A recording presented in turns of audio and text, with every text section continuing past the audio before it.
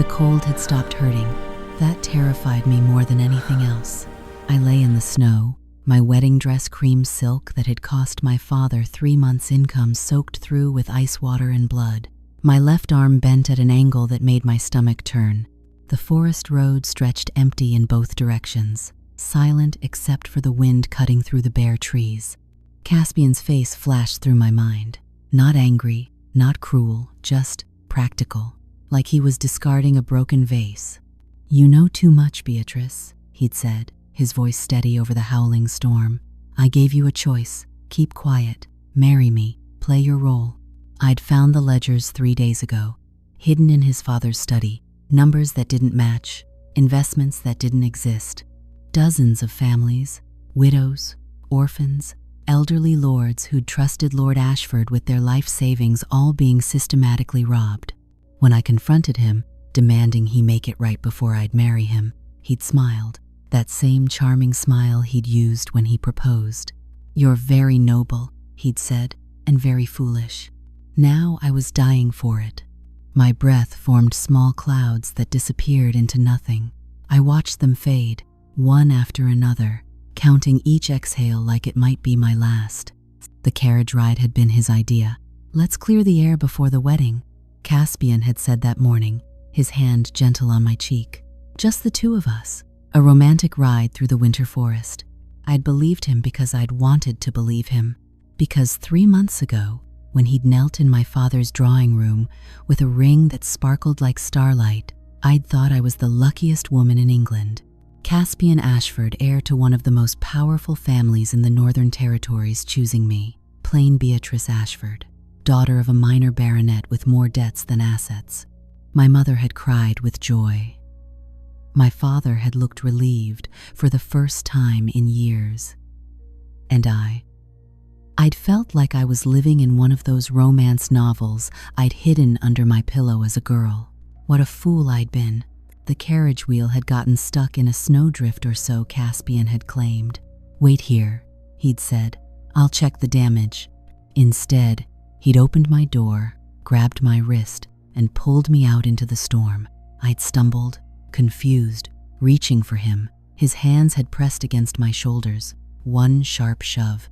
I'd fallen backward, my head striking a rock hidden beneath the snow. "You should have stayed quiet," he'd said, looking down at me with something like regret. "I really did care for you, Beatrice, but I care about my family's future more." Then he'd climbed back into the carriage and left me there. No one would find me. This road was barely used in winter. Caspian had planned it perfectly. When I didn't return, he'd organize a search party in the wrong direction. "She insisted on walking ahead when the wheel stuck," he'd say. "I lost sight of her in the storm. My family would grieve. The wedding would be canceled. And in a year, maybe 2, Caspian would marry someone else. Someone who didn't ask questions. Someone who didn't threaten to expose his family's crimes. The families he was robbing would never know the truth." I closed my eyes, my body too numb to shiver anymore. The cold was almost gentle now, like falling asleep. I'd tried to do the right thing. It had killed me. Before I tell you what happened next, what changed everything if you love stories of forbidden love, impossible choices, and second chances in the grandest ballrooms and darkest moments of Regency England? Subscribe to Velvet and Vintage Tales, because what's about to unfold is a story you won't want to miss. The sound of hoofbeats shattered the silence. My eyes snapped open. A single rider, moving fast through the forest. The rhythm of hooves on packed snow grew louder, closer. I tried to call out, but my throat was too frozen. My voice emerged as barely a whisper, lost in the wind. "Please," I thought, "please see me." The horse slowed, stopped. Through blurred vision, I watched a man dismount, tall, dark against the white landscape. He moved with swift efficiency, his long coat billowing as he knelt beside me. Christ.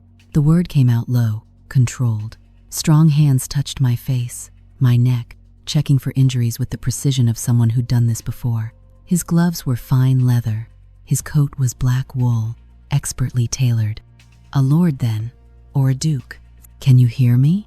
His voice was deep, measured, not panicked. Can you speak?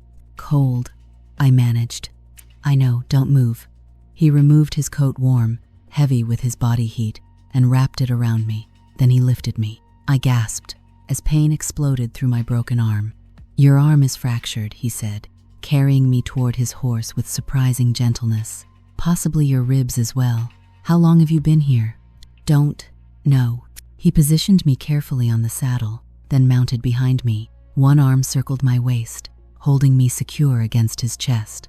The warmth of him was almost painful after so much cold. The nearest inn is 15 kilometers, he said. Can you stay conscious that long? I'll try. Try harder. I didn't find you just to watch you die. The ride became fragments, the steady rhythm of the horse beneath me, the warmth of his body behind me, solid and real. His voice occasionally cutting through the fog in my mind, asking questions to keep me awake. What's your name? Who did this to you? Stay with me. I must have lost consciousness despite his efforts, because the next thing I knew, I was being carried into warmth and light. Voices surrounded me, a woman's cry of alarm, the man's steady commands cutting through the chaos. Send for a physician, hot water, blankets. Now, I was laid on something soft, a bed. Hands removed my wet clothing, replaced it with dry linen that felt like heaven against my frozen skin. The physician came, his touch impersonal, as he set my arm with a sharp crack that made me scream. He bound my ribs, stitched the wound on my temple with neat, efficient movements. Through it all, I heard the man's voice in the background, speaking to someone, the innkeeper perhaps. She'll need the room for at least a week. Send the bill to Ravenfield Manor, and send word to no one without my permission. Is that clear? Ravenfield Manor. Even through the haze of pain and exhaustion, I recognized the name. Dorian Vale, Duke of Ravenfield, the most powerful man in the Northern Territories.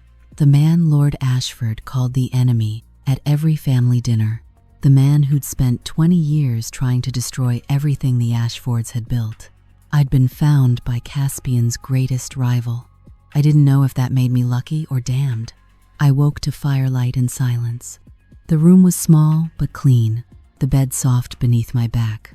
My left arm was splinted and bound. My head throbbed with each heartbeat, but I was warm and alive. You're awake. I turned my head carefully toward the voice. The Duke sat in a chair beside the window, watching me with pale gray eyes that seemed to see too much. In the firelight, his features were sharp, strong jaw, straight nose, dark hair touched with silver at the temples, despite looking no older than his early 30s. He wore no coat now, just a white shirt and dark waistcoat, sleeves rolled to his elbows.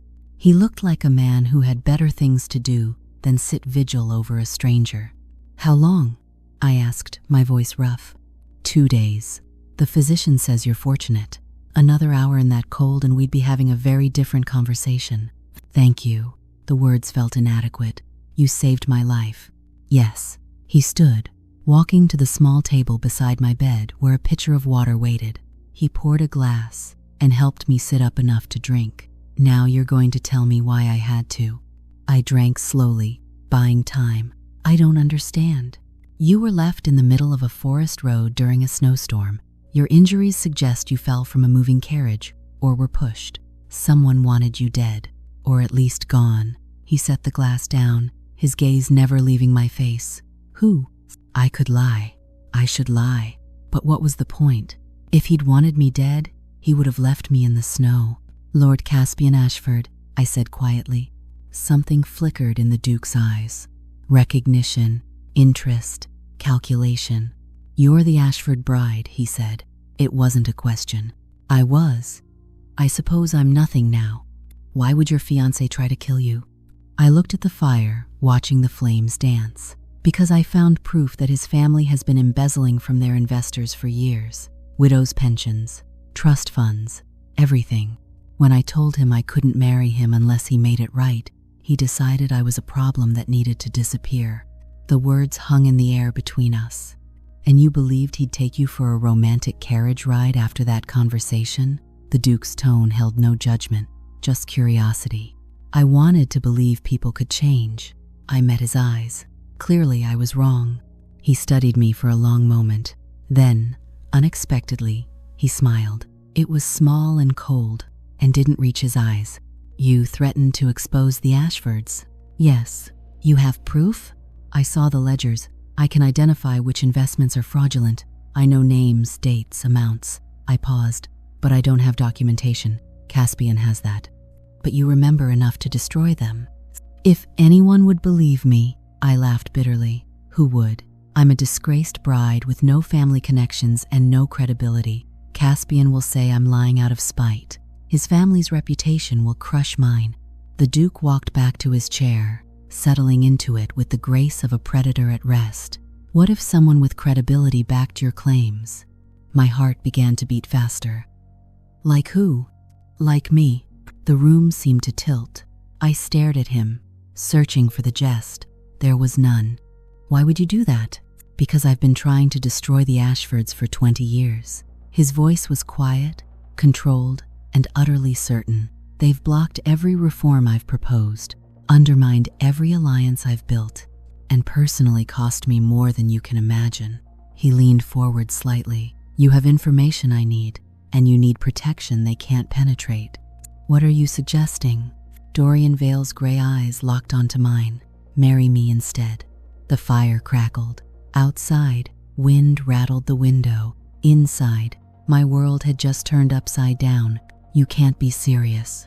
"I'm always serious about strategy." He stood, moving to the window, his silhouette dark against the frost-covered glass. "You marry me. You become a duchess, untouchable. Under my protection, Caspian can't reach you. You help me build a case against his family testimony. Details, everything you remember. We destroy them together." "That's insane." "That's practical." He turned to face me. "You have no family who can shelter you. If you try to go home, Caspian will find a way to finish what he started. If you try to disappear, you'll spend your life looking over your shoulder." His voice softened slightly. "But as my wife, you're beyond his reach." I tried to sit up fully, gasping as pain shot through my ribs.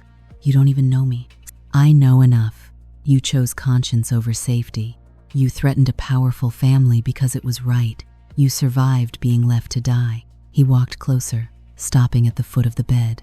"I've spent years playing politics with these people. You took action. I respect that. But you don't love me." "No." The word was clean, honest. "And you don't love me." "This isn't about romance, miss." He paused. "I don't even know your full name." "Beatrice Ashford." "Miss Ashford." He inclined his head slightly. "This isn't about romance. It's about survival and strategy. I'll have papers drawn up. You'll have your own rooms at Ravenfield Manor. We'll maintain separate lives. In public, we'll play the role of a respectable marriage. In private, we'll work to dismantle the Ashfords piece by piece. And if I refuse, then I'll pay for your recovery here and leave you to your fate." His expression didn't change. "But know this: Caspian believes you're dead. The moment you surface anywhere, that changes. He'll come for you. And next time, I won't be there to find you." The fire crackled in the silence. I thought of Caspian's face as he pushed me from the carriage. The cold, the certainty that I would die alone. I thought of the families being robbed, the widows losing everything, the children who'd inherit nothing because of Ashford greed. And I thought of the man standing before me, offering a devil's bargain wrapped in protection. "If I do this," I said slowly, "I want your word that you'll pursue justice for the families they've harmed. Not just revenge, justice." Something that might have been respect crossed his face. "You're negotiating terms while lying in a sickbed with broken bones." "Those are my terms." He was quiet for a moment, his gaze assessing. "Agreed. Justice, not just revenge. Anything else?" "I want to know what you get out of this beyond political victory." The Duke turned back to the window. When he spoke, his voice remained steady, but his eyes were ice. "The Ashfords killed someone I cared about 5 years ago. They made it look like an accident. I've never been able to prove it." He paused. "So yes, Miss Ashford, I want revenge, but I'll settle for justice if that's what it takes to destroy them." I understood revenge. I understood wanting someone to pay for their cruelty. The wound on my temple throbbed. My broken arm ached. Every breath sent pain through my ribs. But beneath all that pain was something else, something that felt like purpose. "One more condition," I said. He raised an eyebrow. "If at any point I become a liability to you, if this arrangement puts you in danger, you let me go. No argument." "That won't happen. Promise me anyway." Dorian crossed the room, standing beside my bed. He extended his hand strong, scarred across the knuckles, steady as stone. "I promise." I looked at that hand for a long moment. It represented everything I'd never imagined for myself. A marriage of convenience, a life of strategy and revenge, a partnership built on shared enemies rather than shared love. But it also represented survival, safety, and perhaps, in some small way, justice for all those families the Ashfords had destroyed. I placed my good hand in his. His grip was warm, firm, certain. "Then I accept your terms, Your Grace." Something flickered in his eyes, surprise perhaps, or approval. "Dorian, if we're to be married, you should use my name." Dorian. The name felt strange on my tongue, foreign, like speaking a language I'd only read in books. He released my hand but didn't step back. "Rest now. The physician will check on you tomorrow. When you're well enough to travel, I'll take you to Ravenfield Manor." He moved toward the door, then paused, glancing back. "One more thing, Beatrice." "Yes?" "You made the right choice. The Ashfords don't know it yet, but they've just made a fatal mistake." The door closed softly behind him, leaving me alone with the fire and my racing thoughts. I'd come so close to dying in that forest, and now I was engaged to the one man in England who could protect me from my first fiancé's wrath. I'd escaped death only to walk straight into a marriage built on mutual vengeance. I wondered which would prove more dangerous. The journey to Ravenfield Manor took 3 days. 3 days of rattling carriages and roadside inns where Dorian introduced me as his betrothed with a smoothness that made the lie sound like truth. 3 days of watching the landscape shift from sparse winter forest to rolling hills dotted with ancient oak trees. 3 days of silence punctuated only by polite conversation about the weather, the roads, anything except what awaited us. My arm still throbbed beneath its splint, my ribs ached with each breath, but the physical pain was nothing compared to the questions spinning through my mind. What would Ravenfield Manor be like? Would the servants accept me?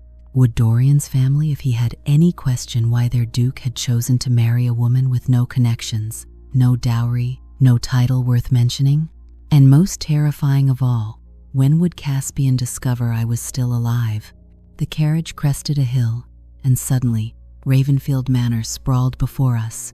I'd expected something impressive. What I saw stole my breath.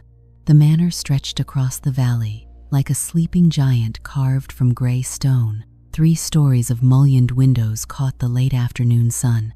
Turrets rose at each corner, their peaks crowned with weather vanes shaped like ravens. Gardens dormant now in winter, spread in geometric patterns around a central fountain frozen mid-spray.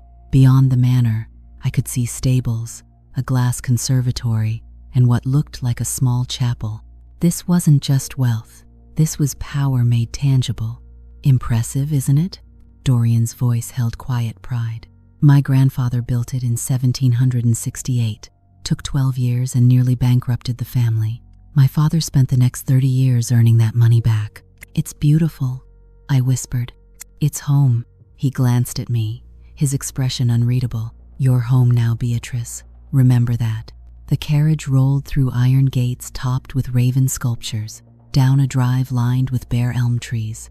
Servants appeared as we stopped, footmen in dark livery, maids in crisp white aprons, a butler whose silver hair and stern expression suggested decades of service. Dorian descended first, then turned to help me down. His hands were gentle as they steadied me, mindful of my injuries. "Mrs. Blackwood," he addressed a woman who stepped forward, middle-aged, sharp-eyed, with graying hair pulled back in a severe bun. "This is Miss Beatrice Ashford, my betrothed. She'll need rooms prepared, a lady's maid assigned, and the physician sent for to check her injuries." Mrs. Blackwood's eyes widened fractionally, the only sign of surprise before she curtsied. "Of course, Your Grace. Welcome, Miss Ashford." She's recovering from an accident, Dorian continued. She requires rest, discretion, and care. See to it personally. Yes, Your Grace. As Mrs. Blackwood bustled away issuing orders, Dorian guided me up the front steps. The entrance hall was vast black and white marble floors, a grand staircase that split in two directions, portraits lining the walls. Generations of veils stared down at me with those same pale gray eyes. Intimidating, aren't they? Dorian murmured, noticing my gaze. Don't worry, they're far less judgmental than they appear. A young maid appeared, curtsying nervously. Your rooms are ready, miss. If you'll follow me? I glanced at Dorian, suddenly uncertain. He gave a slight nod. Go. Rest. We'll discuss arrangements at dinner. The maid, Margaret, she said her name was, led me up the stairs down a corridor lined with more portraits to a suite of rooms that took my breath away for the second time that day. The sitting room was decorated in shades of deep blue and cream. A fire crackled in the hearth. Through an open door, I glimpsed a bedroom with a four-poster bed draped in silk. Another door revealed a private dressing room larger than my childhood bedroom. His Grace's rooms are just through that door, Margaret said, pointing to a door I hadn't noticed, discreetly set into the wall panel. But he said you're to have complete privacy. No one enters without your permission, not even him. The thoughtfulness of that gesture surprised me. Thank you, Margaret. She helped me out of my travel clothes, careful of my injuries, and into a nightdress that smelled of lavender. As she worked, she chattered nervously about the household, clearly trying to make me feel welcome. We were all shocked when His Grace sent word he was bringing home a bride, she admitted, brushing out my hair with gentle strokes. He's been alone so long, you see, ever since Lady Charlotte. She stopped abruptly, her face flushing. I shouldn't have said that. Mrs. Blackwood would have my position. Lady Charlotte? I asked carefully. Margaret bit her lip, then leaned closer, her voice dropping to a whisper. His Grace's sister. She died 5 years ago. Riding accident, they said. But she shook her head. It's not my place to gossip, miss. 5 years ago. The Ashfords killed someone I cared about 5 years ago. They made it look like an accident. Charlotte hadn't been a lover. She'd been his sister. My heart twisted with unexpected sympathy. I understood loss. I understood how grief could hollow you out and fill the empty space with rage. Thank you, Margaret, I said softly, for telling me. She finished with my hair and curtsied. Dinner will be sent up if you're not feeling well enough to go downstairs, miss. Just ring if you need anything.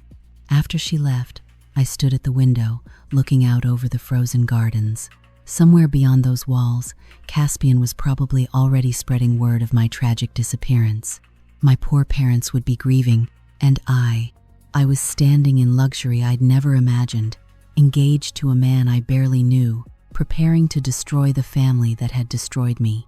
It felt like a fever dream. A knock at the connecting door made me turn. Come in, I called. Dorian entered, changed from his travel clothes into evening wear dark jacket, white cravat, looking every inch the powerful Duke, but his expression was softer than I'd seen before. How are you settling in? He asked. It's overwhelming, I admitted. Everything is, so much more than I expected. You'll adjust. He moved to the window, standing beside me. I wanted to discuss the timeline before dinner. The sooner we marry, the stronger your protection. I've arranged for a special license. We can be wed in the chapel here in 3 days. 3 days. My stomach nodded. That's very fast. It needs to be. Once word spreads that you're alive, the Ashfords will act. As my fiancé, you have some protection. As my wife, you're completely untouchable. He was right. I knew he was right. But still, what will people think? I asked. A duke marrying a nobody with such haste? Let them think what they like. I'll put it about that we met months ago and kept the courtship private. A whirlwind romance. His lips curved slightly. The Tun loves a romantic story. And your family? Do you have brothers, sisters, parents who might object? My parents are both gone. No siblings now. His voice went flat on that last word. There are cousins, but they live in London. They'll hear about the marriage after it's done." "I'm sorry," I said. "About your sister. Margaret mentioned—" "Margaret talks too much." But there was no real anger in his voice. He was quiet for a moment, then said, "Charlotte was 23, bright, fearless, endlessly curious. She'd heard rumors about Lord Ashford's investment schemes. She started asking questions, making inquiries." He turned to face me, and the grief in his eyes was terrible to witness. "She went riding alone one morning. Her horse came back without her. We found her at the bottom of a ravine with a broken neck." His jaw tightened. The saddle girth had been cut nearly through, just enough that it would hold for a while, then snap under pressure. "Oh God," I whispered. "The inquest ruled it an accident. Poor maintenance," they said. But I knew. I've always known. His hands clenched at his sides. "I couldn't prove anything. The Ashfords covered their tracks too well. But I swore that day I would destroy them. Every last one of them." Now I understood the cold fire that burned in him. This wasn't just about politics or power. This was personal, deeply, painfully personal. "I'm so sorry, Dorian." He looked at me for a long moment, and something in his expression softened. "You understand, don't you, what it's like to be betrayed by someone you trusted?" "Yes," I said simply. He reached out, hesitated, then gently touched my hand, the one not bound in a splint. "We'll make them pay, Beatrice. Together, I promise you that." His touch was warm, steady, and for the first time since I'd woken in that inn, I felt like I wasn't alone in this. A clock somewhere in the manor chimed 7. "Dinner," Dorian said, releasing my hand. "Unless you'd prefer a tray in your room? I'll come down." I needed to start learning this new life. Hiding wouldn't help. He offered his arm. "Then allow me to escort my betrothed to her first dinner at Ravenfield Manor." As we walked through the corridors, past more portraits and elegant rooms, I caught glimpses of the life that awaited me. Servants who bowed as we passed, magnificent spaces that would become familiar, a role I would have to learn to play. The dining room was smaller than I'd expected, intimate, with a table that could seat 12 but was set for 2. Crystal glasses caught the candlelight. Silver gleamed against white linen. Dorian held my chair, then took his seat at the head of the table. A footman poured wine. "To new beginnings," Dorian said, raising his glass. I lifted mine carefully. "To justice." Our glasses touched with a soft chime that seemed to seal something between us. Not love, not yet, but something equally binding. Partnership, purpose, and a shared hunger for revenge against those who'd stolen so much from us both. As the first course arrived, delicate soup that tasted of herbs and cream, Dorian began to outline his plan. Names of people I would need to meet, stories I would need to tell, the role I would play as the new Duchess of Ravenfield. I listened carefully, committing every detail to memory. Somewhere out there, Caspian thought he'd won. He thought I was dead, and his secrets were safe. He had no idea the storm that was coming, and I would be at the center of it. The wedding took place on a Tuesday morning, under skies so gray they seemed to press down on the chapel roof. I wore a gown of ivory silk that Mrs. Blackwood had somehow procured in 3 days. Simple, elegant, with long sleeves that hid the fading bruises on my arms. My hair was pinned up with pearl combs that had belonged to Dorian's mother. In the mirror, I looked like a bride. I felt like a soldier preparing for battle. Margaret fussed with my veil, her hands trembling slightly. "You look beautiful, miss. His Grace won't be able to take his eyes off you." I wished that were true. I wished this were real, a love match instead of a strategic alliance. But as I walked down the aisle of the small chapel, past rows of empty pews, toward where Dorian waited in dark formal wear, I reminded myself why I was doing this. Justice, protection, revenge. The vicar, an elderly man with kind eyes who clearly knew nothing of our arrangement, performed the ceremony with touching sincerity. Dorian's responses were steady, his hand warm as he slipped a gold band onto my finger. When he lifted my veil to kiss me, his lips barely brushed mine, a gesture for the witnesses, nothing more.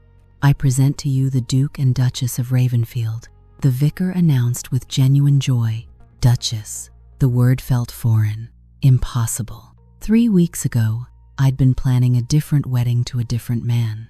Now I was married to Caspian's enemy, and my old life had been erased as completely as footprints in fresh snow. We signed the register. Mrs. Blackwood and the butler witnessed. It was done. "Your Grace," Dorian said softly, offering his arm as we left the chapel. The title startled me. "I'm not used to that yet." "You will be." His voice held quiet certainty. "Starting today, you're one of the most powerful women in England. Act like it." A wedding breakfast waited in the small dining room, delicate pastries, champagne, hothouse strawberries that must have cost a fortune in winter. We ate in near silence, the weight of what we'd just done settling between us. "I've sent word to my solicitor in London," Dorian said, setting down his glass. "He's discreetly gathering information about the Ashford investment schemes. Your testimony will be crucial, but we need documentation, evidence that will hold up in court." "How will you get it?" "The ledgers are locked in Lord Ashford's study." "Let me worry about that." He studied me across the table. "What I need from you is every detail you can remember, every name, every amount, every conversation you overheard." I nodded. "I'll write it all down." "Good. And Beatrice?" He leaned forward slightly. "Starting tomorrow, we begin appearing in society. Small gatherings at first, local families. We need to establish you as my wife before word reaches London and the Ashfords." My stomach twisted. What if someone recognizes me? What if Caspian has already spread word that I'm dead? Dorian's expression was grim. "He has. I received a letter yesterday from an acquaintance in London. Caspian is in mourning. He's telling everyone you wandered off during a carriage accident and froze to death before he could find you." Very tragic, very believable. Rage burned through me, sharp and hot. He's playing the grieving fiancé. Of course he is. It's perfect cover. Dorian's eyes glinted, which makes your resurrection all the more dramatic. Imagine his face when he learns you're not only alive but married to me. The thought gave me fierce satisfaction. "When will you tell him?" "Not yet. First, we solidify your position here. Make sure everyone in the Northern Territories knows and accepts you as the Duchess of Ravenfield. Then, when the moment is right." He smiled, cold and predatory. "We let him know exactly what he's lost." The next 2 weeks passed in a blur of social calls and dinner parties. Dorian was right. I needed to learn to act like a duchess. Mrs. Blackwood became my unlikely ally, teaching me which fork to use, how to manage servants, the subtle hierarchies of county society. Margaret helped me navigate the vast wardrobe that had mysteriously appeared in my dressing room. Day dresses, evening gowns, riding habits, all perfectly tailored. "His Grace ordered them made," she confided. "Sent your measurements to the best modiste in York. He thinks of everything." He did. Dorian orchestrated every detail of my transformation with military precision. We attended a small dinner at the Fernworths' estate, where I met the local gentry and played the role of blushing new bride. We hosted tea for the vicar's wife and her daughters. We were seen at church, at the village shops, always together, always presenting the image of a devoted couple. In private, we were partners reviewing strategy. Every evening, after the servants retired, Dorian would come to my sitting room. We'd sit by the fire while I recounted everything I remembered about the Ashford schemes. He'd take notes in a leather journal, asking precise questions, probing for details. "You said Lord Ashford mentioned a solicitor in London. Do you remember the name?" "Whitmore. Edward Whitmore. He kept saying Whitmore had handled everything legally." "Whitmore." Dorian's pen scratched across paper. "I know him. Greedy bastard who'll do anything for the right price. If we can flip him, get him to testify." "Would he? If he's facing prison himself?" "Absolutely." Dorian looked up, firelight casting shadows across his face. "These men are cowards, Beatrice. They only appear powerful because no one has challenged them properly. But apply the right pressure, and they crumble." I wanted to believe him, but doubt gnawed at me. What if we can't prove it? What if they've hidden the evidence too well? Then we find another way. His voice was steel. "I didn't spend 5 years planning this, only to fail now. The Ashfords will answer for what they've done, to Charlotte, to you, to every family they've robbed. The intensity in his eyes should have frightened me. Instead, it made me feel less alone. We were united in this, two people bound by shared pain and shared purpose. "Thank you," I said quietly, "for not giving up on this, for giving me a chance to make things right." Dorian set aside his journal. For a moment, he simply looked at me, his expression unguarded.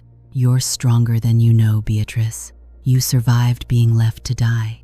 You're surviving this. That takes remarkable courage." "I don't feel courageous. Most days I feel terrified." "Good.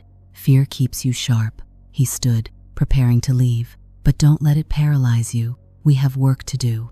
After he left, I sat by the fire, turning my wedding ring around and around on my finger. Gold, smooth, surprisingly comfortable despite how quickly it had become part of me. This marriage was supposed to be purely strategic, a transaction, protection in exchange for information. So why did my heart beat faster when Dorian entered a room? Why did I find myself listening for his footsteps in the corridor? Why did his rare smiles feel like small victories? I was being foolish. Dorian had made it clear this wasn't about romance. He was using me just as much as I was using him. We were allies, not lovers. But late at night, lying in my enormous bed in my duchess's rooms, I couldn't help wondering what it would be like if things were different. If we'd met under normal circumstances, if this marriage were real. Everything changed on the 15th day. I was in the conservatory, taking advantage of the weak winter sun filtering through the glass, when Mrs. Blackwood appeared, her face pale. "Your Grace, there's someone here to see you." "Who?" "He wouldn't give his name, but he said he's an old friend from your previous engagement." Her voice dropped. "He's waiting in the blue drawing room. His Grace is still in the village." And I didn't know whether to send the man away or... My blood turned to ice. "What does he look like?" "Tall, fair hair, very fine clothes, handsome, if I'm being honest." She paused. "He seems quite distressed to hear you've married." Caspian, he'd found me. Every instinct screamed at me to run, to hide, to send Mrs. Blackwood to make excuses. But I was the Duchess of Ravenfield now. I didn't hide. "Tell him I'll be there in 5 minutes," I said, surprised by how steady my voice sounded. "And send a footman to find his Grace immediately." "Yes, Your Grace." Alone in the conservatory, I pressed my hand to my stomach, trying to slow my racing heart. This was it. The confrontation I'd known was coming. Caspian knew I was alive. He was here. And Dorian wasn't. I straightened my shoulders, smoothed my skirts, and walked toward the blue drawing room with my head high. Each step felt like walking toward a cliff edge. But I'd survived being thrown from a carriage in a snowstorm. I'd survived being left to die. I would survive this too. The drawing room door was ajar. Through the gap I could see him, Caspian, standing by the window, his back to the door. Still tall, still handsome in his tailored coat. Still the man I'd once thought I loved. The man who'd pushed me into the snow and left me to freeze. I pushed the door open fully. "Hello, Caspian." He spun around, and the look on his face, shock, disbelief, horror, was almost worth everything I'd endured. "Beatrice." My name came out as a strangled whisper. You're alive." "Yes." I stepped into the room, closing the door behind me. "I am surprised." He stared at me like I was a ghost, materialized from his nightmares. "But how? I searched for you. You thought I'd died in the snow?" I kept my voice cold, controlled, just like Dorian would. "That was your plan, wasn't it? Push me from the carriage, leave me in the forest, let the cold do your work for you." "Beatrice, no, you don't understand." "I understand perfectly." I moved closer, watching him back away. "You tried to kill me because I found out about your family's crimes, because I threatened to expose you." "That's not..." He stopped, regrouped. When he spoke again, his voice had that familiar charm, that practiced sincerity. "Darling, you're confused. You hit your head. You don't remember properly. It was an accident. I've been searching for you for weeks." "Don't." The word cracked like a whip. "Don't you dare lie to me. Not anymore." Something shifted in his expression. The mask slipped. What I saw underneath made my skin crawl. "So it's true," he said softly. "You married him, Dorian Vale, my family's enemy. You married him to spite me." "I married him to survive you." I lifted my chin. "And because unlike you, he doesn't make his fortune by stealing from widows and orphans." Caspian's face darkened. "You stupid girl. Do you have any idea what you've done? What this marriage means? It means I'm protected. It means you can't touch me." "Protected?"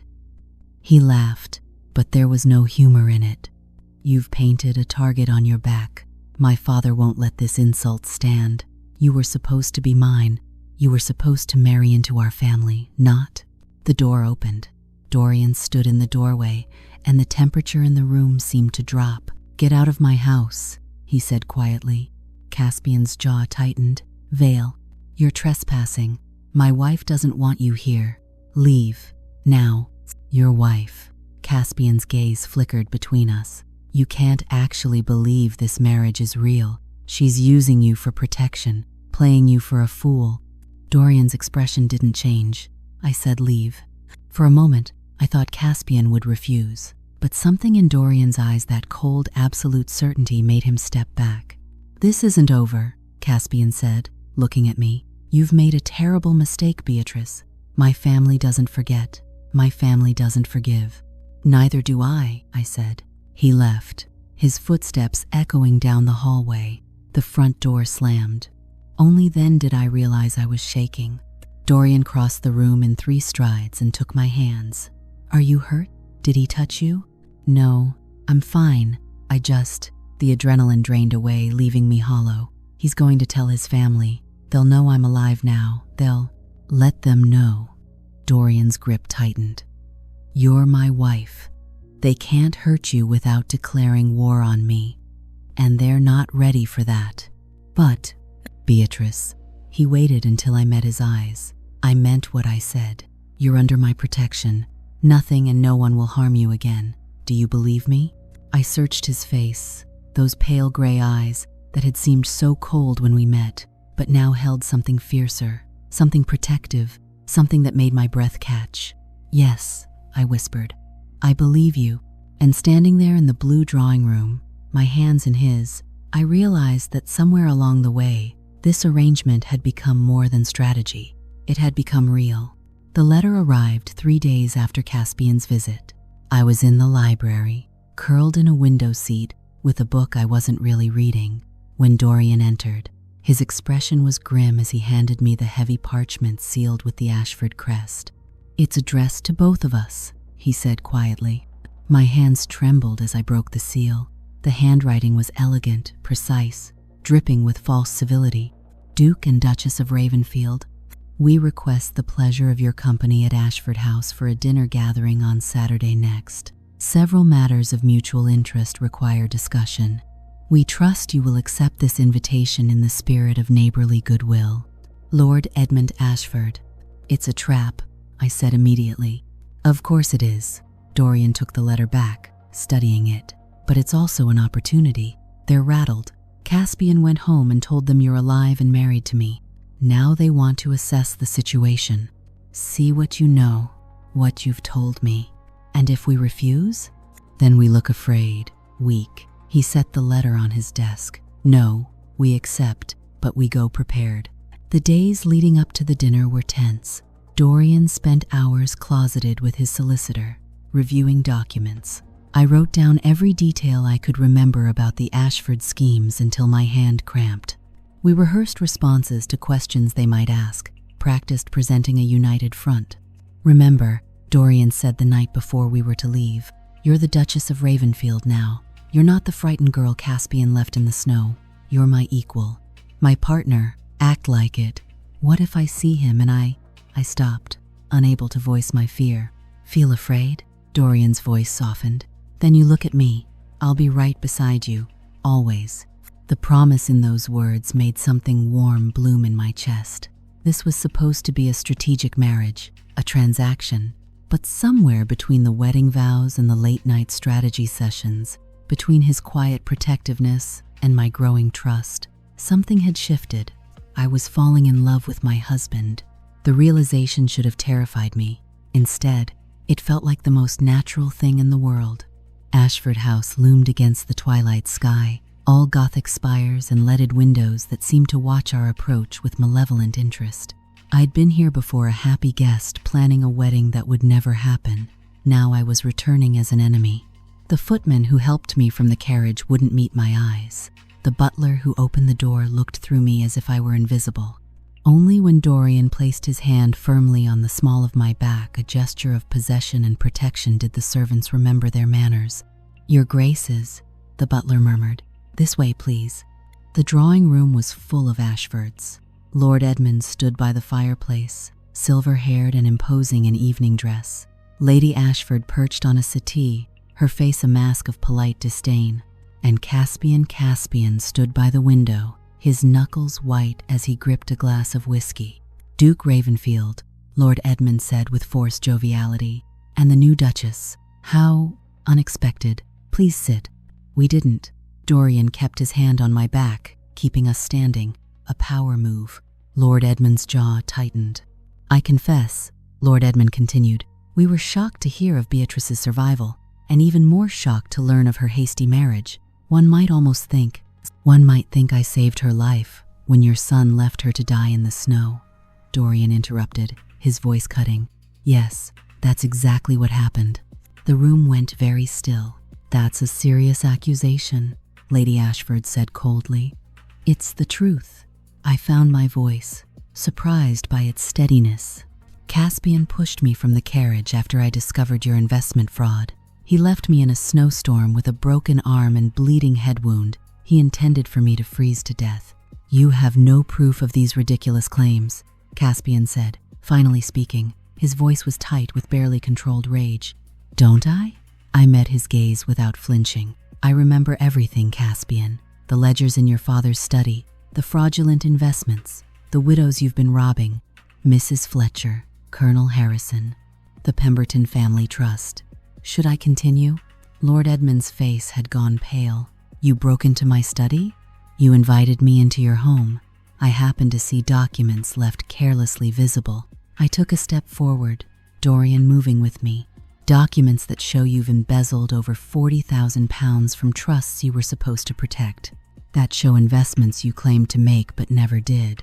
That show a systematic scheme to defraud the vulnerable and elderly." "This is slander," Lady Ashford hissed. "We'll sue you for defamation." "With what money?" Dorian asked pleasantly. "The money you've stolen? By all means, take us to court. I'm sure the families you've robbed would be fascinated to see those ledgers examined publicly." Lord Edmund's composure cracked. "What do you want?" "Justice," I said simply. "Return the money you've stolen. Every penny. Publicly admit your crimes. Face legal consequences. Make it right." "You're insane," Caspian said. "We'll never." "Then I'll take everything you have," Dorian said, his voice cold as winter frost. "I'll ruin you socially, financially, politically. I'll make sure every family in England knows what the Ashfords are: thieves who prey on widows and orphans. I'll use every connection, every favor owed, every ounce of influence I possess to destroy you." "You can't touch us," Lord Edmund blustered. "We have friends, allies. Who will abandon you the moment scandal breaks? Who do you think has more power here, Edmund? A minor baron with a tarnished reputation? Or the Duke of Ravenfield with the ear of half the House of Lords?" The truth of it hung in the air. Lord Edmund knew he was beaten. I could see it in his face, the calculations, the fear, the desperate search for a way out. "There is another option," Dorian continued, his tone gentler now. "Return the money, quietly, discreetly. Restore the investments you mishandled. We'll keep this matter private. No scandal, no public trial. You retain your reputation, and the families you've harmed are made whole." "And if we refuse?" Lady Ashford asked stiffly. "Then we go to the authorities with everything, and I guarantee you'll face criminal charges, prison, complete social ruin." Dorian paused. "The choice is yours." Lord Edmund looked at his son, at his wife, then back at us. I saw the moment he broke shoulders sagging, the fight draining out of him. "How long do we have?" 30 days, Dorian said. Work with my solicitor. He'll verify that every family receives full restitution plus interest for the years you've stolen from them. If everything is resolved satisfactorily, this matter ends here. And if we don't cooperate, then I destroy you." Dorian's words were simple, final, professionally, socially, completely. "Are we clear?" A long silence. Then Lord Edmund nodded once, sharply. "Clear. Excellent." Dorian's hand tightened on my back. "We'll see ourselves out." "Oh, and Caspian?" He looked at my former fiancé with contempt. "If you ever come near my wife again, if you so much as speak her name, I will personally ensure you spend the rest of your life in debtor's prison. Understood?" Caspian's face was purple with rage, but he said nothing. We left Ashford House in silence. It wasn't until we were in the carriage, the horses pulling away down the drive, that I finally exhaled. "We did it," I whispered. "We actually did it." "You did it." Dorian turned to me, and in the dim carriage light, his expression was intense. "You faced them. You were magnificent." I was terrified. "I know. That's what made it brave." He took my hand, his thumb brushing over my wedding ring. "You're extraordinary, Beatrice. Do you know that?" My heart was pounding. "Dorian, The words stuck in my throat. How could I tell him that this marriage of convenience had become something more? That somewhere between strategy sessions and dinner parties, between his quiet protection and shared purpose, I'd fallen completely, irrevocably in love with him? But before I could find the courage, he spoke. "I need to tell you something." His voice was low, uncertain in a way I'd never heard. "This arrangement we have, this marriage, it was supposed to be practical, strategic, but somewhere along the way, it became." He stopped, struggling for words. "You've become the best part of my days, Beatrice. When I wake up, I think about whether you're feeling well. When something happens, you're the first person I want to tell. And tonight, watching you face down the people who tried to destroy you, I realized." "You realized what?" I whispered. "That I'm in love with you." The confession came out rushed, almost defensive. "I know that wasn't part of our agreement. I know you married me for protection, not affection. But I can't. I won't pretend anymore. I love you. Completely, desperately. And if you don't feel the same, I'll understand, but I needed you to know." For a moment, I couldn't breathe, couldn't think, could only stare at this powerful, complicated man who'd saved my life and given me purpose and was now looking at me with such vulnerable hope. "You love me?" I asked stupidly. "Yes, even though this was supposed to be just business." "Especially because of that." He smiled slightly.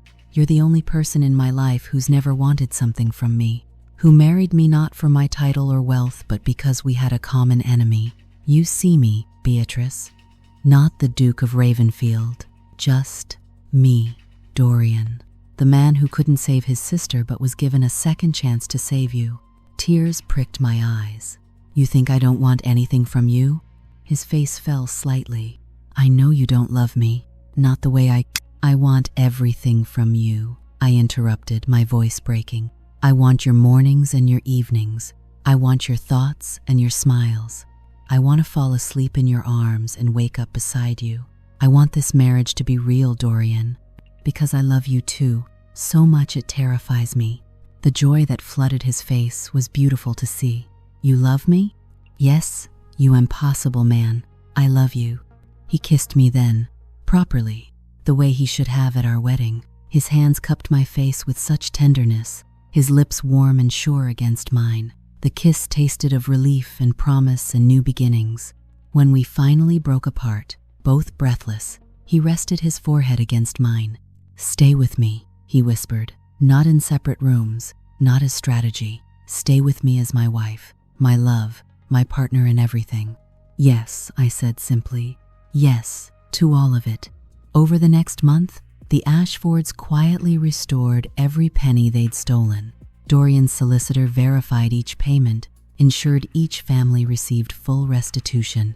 There were no trials, no public scandal, just justice. Delivered quietly and completely.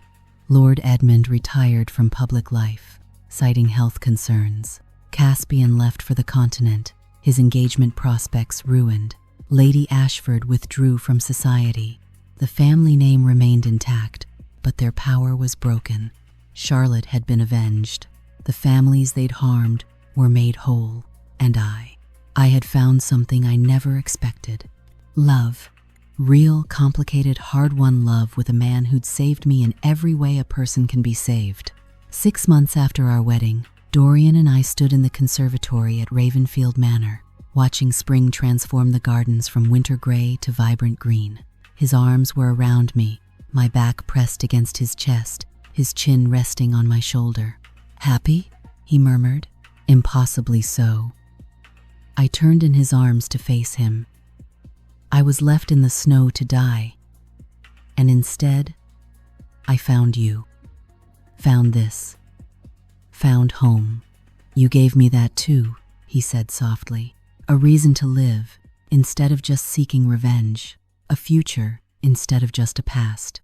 He kissed me, gentle and sweet, and I thought about that girl lying in the snow, broken and abandoned. She'd thought her life was ending. She'd had no idea it was just beginning. Sometimes the worst betrayals lead to the greatest blessings.